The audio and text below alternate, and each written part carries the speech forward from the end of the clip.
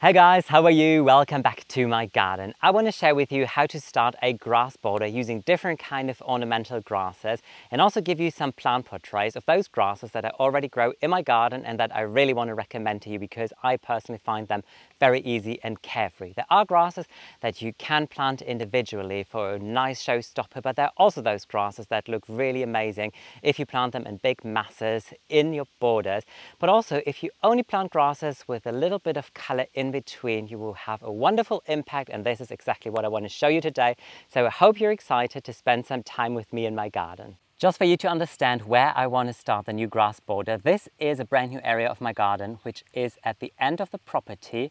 So if I get up now, you will see if I swing to the right that there the property comes to an end and farmland starts. You also see some poles because deer pays visit here, which means I have to set up a fence section, which I'm going to do very soon. If I continue through this area, you see that there are already a lot of plants in here, mostly big drifts of perennials, but also some first grasses. For example, there are a couple of Calamus, which is one of my favorite grass in the garden, and I want to give you some information about that variety in a second. Then you see how this entire area is laid out and works. It is not really set up as a border, it is more like a perennial meadow. This is how I see it. Big drifts of one variety of perennials, for example Perovsky in the front, we just passed by some sedum, big drifts of grasses, and I really want to continue the momentum of using more and more grasses because you can tell that on the farmland most of the time the farmer has cereals on it, so this is why I think it works really well, because then this part of the garden and the farmland, they are melting into another with some pops of color from some more perennials. So here at the back, this is basically where this entire garden room ends, and this is where I want to put some grasses, also some tall grasses, to have a nice backdrop. You see that I already planted some varieties here, and then I have some more containers that I shopped online and that I shopped in the garden center. Those are the varieties that I want to recommend to you and give you some information about them and an example on how you can plant them. Here are already two really nice Miscanthus grasses where I have more that I will plant today. So the varieties here are on the left, Ferner Osten, and on the right, Roter Pfeil. Both of them are German varieties, so this is why the names are German. Just in case if you're looking for really nice tall Miscanthus grasses that change the color from green into red and copper in autumn, those two varieties might be very intriguing for you. But first of all, I want to give you some information about these specimens here.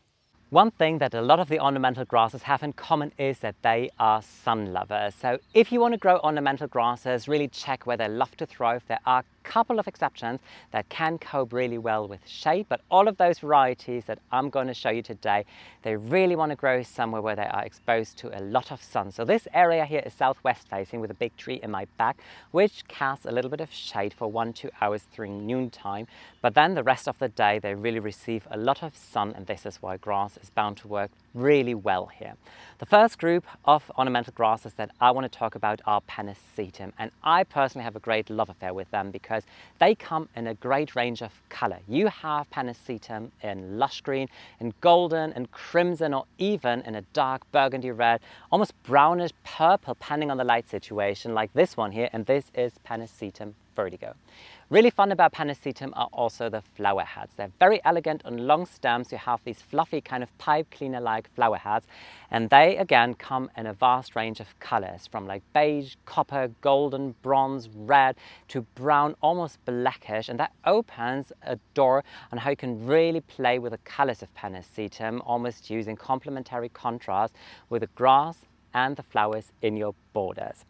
This is Panicum vertigo, and this is one of the grasses that I really love to use in my garden. It is an annual, and the one thing about Panicum is, depending on your climate zone, the color of the grass shows you if it is hardy or not. All the Panicums here, and I am at the south coast of the Baltic Sea in a zone 7, means that it is cold in winter. So all the Panicums that are green and golden, they will come back and they will survive winter. All those varieties that are red and burgundy, they are not hardy, and I have to grow them and treat them as annuals. But the beauty about the grass really is not only the color, also the growing habit. It creates almost like a half-dome shade. It spills over, it's very soft and elegant, so you can use it depending on what variety you use at the front of your border. Next to Nepeta, for example, it is just a perfect companion. Lovely about this variety in particular is how vigorous it is. Here it grows roughly 1 meter, maybe 1 meter 20 in height. If you are in a warmer climate zone or even in a tropical climate zone, this one is a monster and it can really reach towering height. The one thing that it requires is you buy it, it wants to get into the ground fast because it has fleshy roots and those roots want to get into the soil very quick. But once you planted it, I think it is an amazing grass for every garden. The next ornamental grass that I want to talk about are Miscanthus. And again, they come in a fascinating range of color and especially height, which means that every single gardener has the opportunity to grow at least one single Miscanthus in your own garden. Whenever you plant something, I think it's sometimes really interesting to know where does a plant actually grow in its natural habitat. And Miscanthus, they grow on meadows and wetlands, predominantly in parts of Africa and then Southeast Asia, like China and also big parts of Japan, where a lot of these specimens come from originally. So anything that grows on a meadow or wetland wants to have a lot of sun, and this is really vital for Miscanthus. I tried to grow some varieties in the past in partly shade, and the thing is it just doesn't work. They will look very flimsy and they will never come to bloom. So if you want to have big, sturdy, lovely plants such as this one here, and that is also going to produce a lot of beautiful feathery flower heads, put it in the fullest sun that you could possibly find in your garden. In terms of color, I told you they come in a range of colors. So a lot of the varieties are lush green, but the fun thing is that some of those varieties will change color in autumn. And this is what I'm going to focus on with my 3 varieties here. I will grow Droning Ingrid, Navajo and Samurai. Droning Ingrid changes color to a really nice ruby red in autumn. Navajo and Samurai are new to me, so Navajo will be amber in autumn and Samurai crimson in autumn. So I'm really intrigued to give you updates on all these 3 varieties later on in the year. There are also varieties that are golden or even with a nice leaf variegation in white and green as Cosmopolitan, for example. So even if you have a white border, the Miscanthus Cosmopolitan works fairly well with white blooms. The flower heads, they are quite interesting because they're very feathery. They are really like torches up above the grass, blowing in the wind, and especially in winter, they provide a lot of beautiful winter structure. Miscanthus fairly often works well if you grow it individually, and this has to do with the impact that it gives to a border. The shorter varieties you can also grow in a drift, for example, at the front. And this is the beautiful thing about Miscanthus, that there are varieties that are fairly short, maybe like 60 to 70 centimeters at most, but some varieties like Giganteum, they can grow 2.5 meters here, and I know that in some parts of Europe even 4 meters in height, which is very impressive. And that variety again changes color into a really nice tone of gold in autumn. If you want to see it, I think 1.5 years ago I did a video about autumn texture in my garden, and I showed you my Miscanthus giganteum, how it looks and how it looks in color in autumn. So definitely no reason not to have some beautiful Miscanthus in your garden, because they're really a fascinating group of ornamental grasses. The third group of ornamental grasses that I want to talk about today are Panicum. And Panicum, yet again, they come in a very intriguing range of color, height and even growing habit. The variety that I want to plant today is called Sangria, and I think if you take a closer look at it, you already see why it is so interesting, because it changes color throughout the year. So after the winter season, as these first fresh shoots appear, they will be chartreuse and lime green. Now going into summer, the individual grass blades change color from green into crimson, and later on in autumn, almost the entire grass will be a display in crimson and burgundy, which means it is beautiful in your autumnal garden. Other varieties, they can be on the bluish side, for example, Northwind or Heavy Metal. If you look at the flowers, they are distinct different to, for example, at Miscanthus or Panicetum. Here, the flowers, they are on elegant long stems, very small, very dreamy and whimsical, but nevertheless very beautiful, especially on the first frosty day of the year, because as the first frost collects at those seed heads, it is going to reflect the sun, and that is a very dreamy quality that you will only find on Panicum. This variety has a quite open growing habit, which is really beautiful if you plant it in masses in a big drift in your border.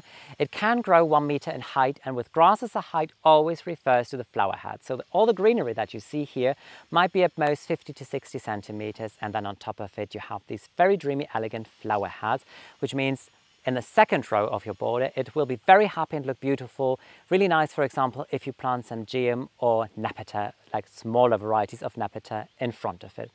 Other varieties, for example, Northwind, have a distinct different growing habit. They are very upright, almost towering, skyrocketing, and that means they are really interesting if you plant them individually. For example, 2, 3 or 4 of them dotted through your border as a focal point.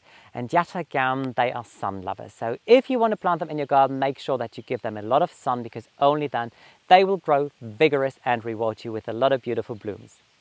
The fourth and the last group of grasses that I want to recommend you today are Calamus, and I can truly say that they are one of my favorite in my garden because they are sturdy, they are easy, they look fantastic if you grow them individually, but even better if you grow them in big drifts in your borders.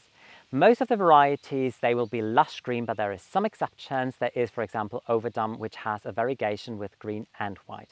Very interesting are the flower heads, because this grass is going to grow very upright. As the flower heads appear, they are dark green and a little burgundy, but very soon they will change color into what I would probably describe as yummy toast. So they are very interesting, very fast. They will give you a summery harvest field effect in your borders. And I think the interesting thing is also the height that they can reach. Pretty much 1.20 m, really 1.50 m if they are extremely happy, and that happens in some of my areas here in the garden. So you can put them, depending on how many rows or layers you have in your borders, in the third or almost last layer, especially if you have a big long drift of them. They almost work as a hatch and as an entire backdrop in your border. So I believe there's no reason not to grow it if you have sun, because again, they thrive best when you put them in full sun. You can see that the entire area is filled with sun now. It's 2 p.m. and this is the ideal condition if you want to grow any of the grasses that I showed you. I just quickly want to walk you through and show you how I distributed the grasses. So here in the front there already is a first drift of the Calamus, and I really plant them in a drift and pretty much in the back of the border, if that really is a back, just like close to the farmland as a hedge. So there were already 3 here. There are some blazing stars too. There is some pink phlox. Then in the front here there are a couple of perovskia plants. Next to it there are some eucharis and then some hydrangeas. And in the back I really want to have a nice big drift of the Calamus. The plants are still fairly small, but they will grow in really fast within the next 2 years, and then there will be a really nice hedge. And I think it's also a nice way on how to end the area, or how to have a natural transition from the planting into the farmland. Then here underneath this first elder shrub, I've put 1 Miscanthus, and I only put Miscanthus droning Ingrid and Navajo here. So in total I have 3 Navajo here, 2 on one side and 1 on the other side. So there is 1 here, and then as we walk along here there will be more of the Navajo grasses. So here are more perovskia, some dahlias, and then in the back there is a second Navajo, because it is going to change autumnal color into amber. These dahlias, they will be orange. This is a variety called Rancho. Next to it I have some Persicaria in red, and then the really beautiful Panicum sangria also in red. So in autumn this entire area should be filled in shades of red and orange and copper, where I think it's going to look really beautiful. Here I have a drift of Digitalis, a brown variety, which this year is not going to flower. They're only going to produce a nice rosette of leaves. Then in the back there are some asters, and I put another Miscanthus here. And you can tell that I always place these Miscanthus single because of the growing habit. They will kind of grow upright. They will really grow in very well over the next couple of years. This is droning Ingrid, which is going to grow also taller than Navajo is supposed to. So I'm really excited to see where I'm going to land there. Then you could already see, if I step back a little bit here on the left, there was a first drift of the Panicum.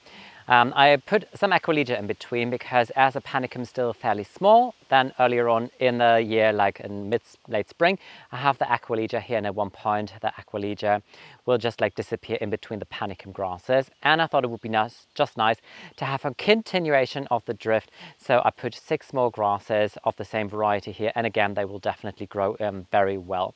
Here on the right, In the long run, I want to put some perennials here that I grow from seed. They're already sitting there, but they're very small, and this year I'm not going to expect too much out of them. So I thought I would just put 2 of the Panicum vertigo there because they won't come back next year, and this year I'm going to have something really nice to look at, and they will also just frame the edges on this pathway where I can walk then with you later on. Then just behind the Panicum there is one more Miscanthus droning Ingrid. And oh, in the front here, I was just like, there is another Navajo. Here is Navajo really flanking, and then in the back, as a backdrop, there is droning Ingrid because it is taller. In between, I have some asters here. This is a variety called Schöne von Dietlikon. They will flower in a really beautiful purple. And then in the back, I have the tallest grasses that I already showed you in the beginning of the video, which are Rotapfeil here on the right, and then on the left, there is Ferner Ostem. What else is here? There is a viburnum here. This is a variety called Dawn, so it will grow into a really nice big shrub. But I think it's going to look nice with the grasses, and this is something that I already have in the front garden. So I'm experienced with that combination. This is definitely working pretty well. I want to plant at least one of these grasses with you, and this is Miscanthus droning Ingrid. This is the variety that will grow roughly 1.50 meters in height at most, and is going to be very beautiful crimson red in autumn. At the moment it is still green with a white stripe running as a vein through the middle of the individual grass blade. Planting grasses, good news, is very, very easy because most of the grasses, they're very tolerant when it comes to soil level. I have sandy and neutral soil, and that works extremely well with all of those grass varieties that I've just shown you here. Rule of thumb is, if you receive a grass like this, you always want to plant it dead level exactly to how it was in its container. I've already prepared the soil in this area a little bit. So I came in just with some fresh soil from the garden center because here it is very, very sandy. But the good thing about this area too is it's a little bit in a ditch, and that means that a lot of the water is going to collect here, and this is good also for the Miscanthus. So all I need to do now is just really dig a hole, come in with my starting fertilizer, which I always use are organic bone chips. They will break down to nitrogen, feed the soil, and then in the long run also the plants, and I've been very successful with this method. So just take the Miscanthus and just really make sure that I put it in the ground extremely level, firm it in nicely, so always just like press it in very well to make sure that the roots have a good contact with the soil. What I do after I've planted everything here is I come in with mulch. I will mulch everything, and then tonight I will water everything. The watering at least once after you plant it is important because when you water it, you make sure that the roots that are in the pots have contact with the soil outside, and then it is really guaranteed that the roots are also going to grow outside. So you don't have to come in and just water the entire area. Here I think it is enough if I just come in with my water can and water them directly. So what I would do now is plant my way through, and with grasses this is always an easy and fast job.